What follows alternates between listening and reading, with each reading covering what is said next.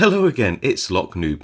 With the rise in affordable consumer electronics in the 1980s and 1990s, more and more households were able to purchase new ways to spend their free time from a veritable smorgasbord of emerging technologies. Movies were now watched on a VHS player, Dire Straits listened to on your Walkman, and the Nintendo Entertainment System was revitalising the console market. Rubik's Cubes were being retired, space hoppers shunned, and speak and spells silenced across the country. As entrancing as these electronic entertainments were, parents, fueled by the media and moral crusaders of the time, were becoming concerned how much time was being spent playing Mario and what kinds of concerning content were being consumed by the kiddies. So, in a time where electronic parental controls and passcodes weren't even perceived, how could parents prevent little Polly from persistently playing Probotector, Katie from consuming Cannibal Holocaust, and Davy from diving into Dad's copy of Doom?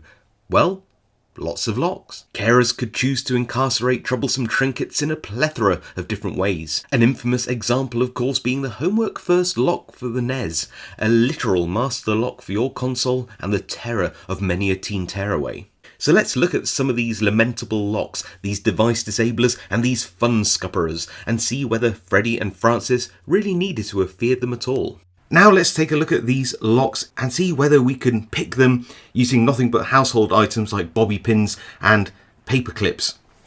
So first up is this floppy disk drive lock. So this lock actually mimics the shape of a 3.5-inch floppy disk from back in the day, and you can see there's this little locking pin right at the back which would stop you from removing this device and accessing that disk drive. That's in the lock position. You'd put the key in, you'd turn it clockwise, it would go flat, and you would then be able to retract that disk and use your disk drive as normal. So let's see whether enterprising little Susie can surreptitiously sneak a game of Doom on the family PC and have a go at picking this. So we're going to have to assume little Susie's pretty up with her knowledge on locks, but I've bent this bobby pin to a little turning tool, and then all we need is a paper clip bent at 90 degrees. So we can see this is in its lock position with a little tail pointing up at 90 degrees. We can insert our turning tool down into this keyway here and turn that tool clockwise. Then use a little bent paper clip to have a go at pushing down any pins that feel like they're sticking. So at the moment nothing's feeling like it's sticking, but pin 6 here is, little click. 7 is as well, all the way down, and then we're just going to go through. That's pin 4, gave a little click, nothing on 5, nothing on 6, and keep going round and round and round. That felt like pin 1's now. Once we picked, there we go, and look at this already. Just going to turn this and hopefully you can see that little tail go down. So yes, that game of Doom is on. Next up is the mighty Video Lock anti-theft device. This is designed to go into a VCR recorder, and should you try to remove this or shake it in any way, an almighty 96 decibel alarm will go off. So I'm going to remove the battery from this because I just don't want to be deafened. It's already gone off by accident a few times today and my ears are still ringing.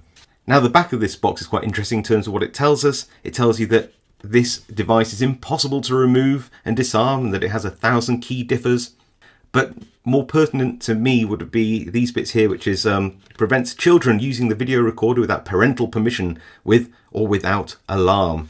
And yeah, this is one of those things where I imagine a lot of parents back in the day didn't want their children watching any video nasties or anything like that while they were gone outside of the house. So yeah, this was probably the bane of a number of teenagers' existence back in the day. So how does this work? Well, it's actually pretty simple. It literally loads itself into your VCR. It's got to be obviously VHS, not Betamax. And when you turn the key to arm it, this little tail piece comes down, and of course if it's removed from the device, the alarm will go off. It'll also go off when shaken, and seemingly after over 30 or so years of being around, any time it wants. 12 seconds later.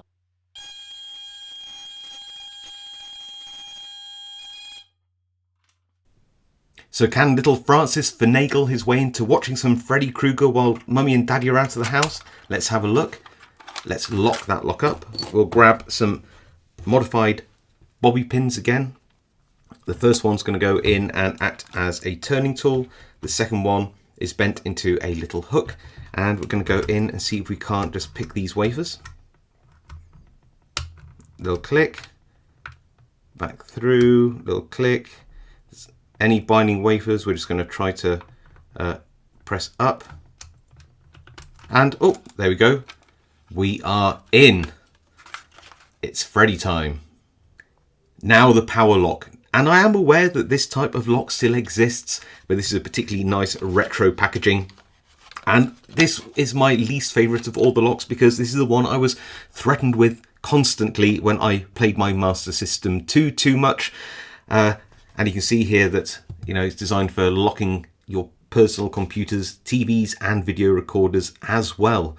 So this power lock actually has quite a simple design, which isn't a bad thing. It's locked up now. You put the key in, you give it a turn, it opens up. You can see it has two little indents here, receptacles for the pins of a plug.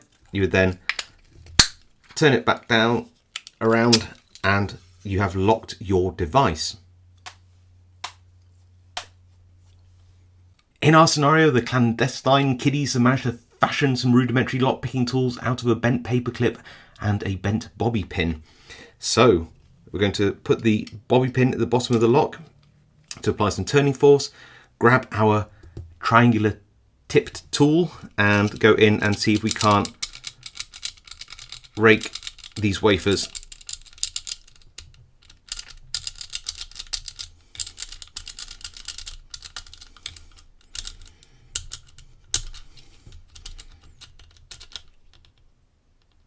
and yep, we got it.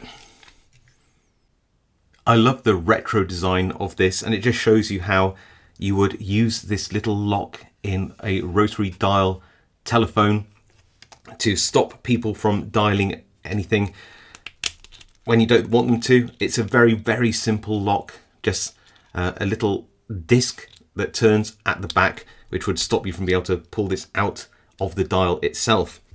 At this point, our siblings have developed a spy-like level of skill, and let's see whether they can unlock the telephone to call up the video games hotline, which was a premium rate number back in the day. Oh, that was pretty simple. Anyway, that's the telephone lock picked. Thank you all so much for watching. This video is dedicated to Larry Bundy Jr., one of my favourite all-time YouTubers. Do go check out his channel. It was his tweet that first got me onto the VHS lock in the first place. And of course, a shout out to Gaming Historian, another one of my favourite YouTube channels, who let me use some of the footage on that NES lock.